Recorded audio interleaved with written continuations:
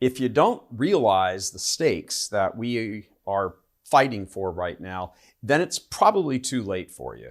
I'll give you a little piece of information from just this morning. A poll was released this morning, actually just a couple hours ago, that said 28% of Americans, 28%, between a quarter and a third of Americans, were sorry that either one of the assassins didn't actually kill Trump. Now, when you boil this down and you look at, well, this is, roughly 47-ish% of the country, is either at least hating on Trump, backing Kamala, whatever you want to say it. They're on that side of the fence for whatever their motives are. When you're talking about 28% of the country, and you're talking about that's roughly half the country, you're talking about over half of their supporters want to see Trump assassinated. That is a contingent headed up by the diabolical. And it's just that simple. Who we're fighting here is the devil, with his proxies and his people here on earth, because the devil, by his nature, can't physically control the universe and get into people's minds and take over their will. But he can heavily influence them.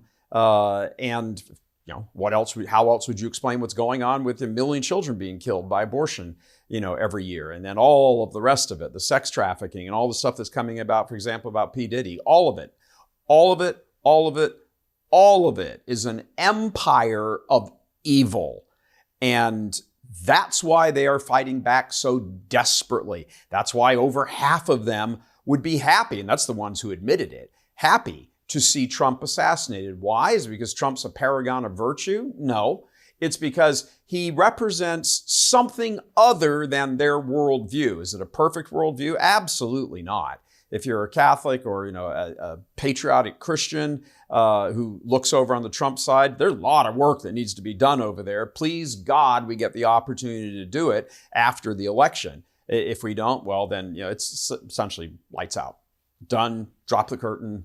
It's over. It's just a matter of time until Kamala and the gang start checking every single social media site and the whole bit and everything else. They already were doing that during COVID.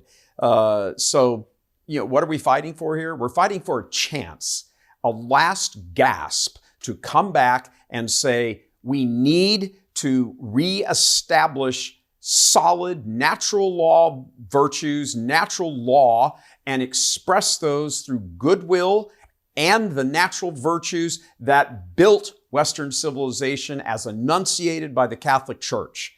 That is the only turnaround that would be acceptable if we're given an opportunity for a turnaround. We won't know that for another 48 days, maybe 2 or 3 days after that, because of course they'll be cheating and counting ballots and, we just found 500 million ballots inside a closet and all that. Once all that's done, once the dust is settled one way or the other, we're going to know. And if we are given that chance, to fight for our children and our grandchildren and preserve something, you ain't seen a war like what would happen after a Trump victory. You think this is tough?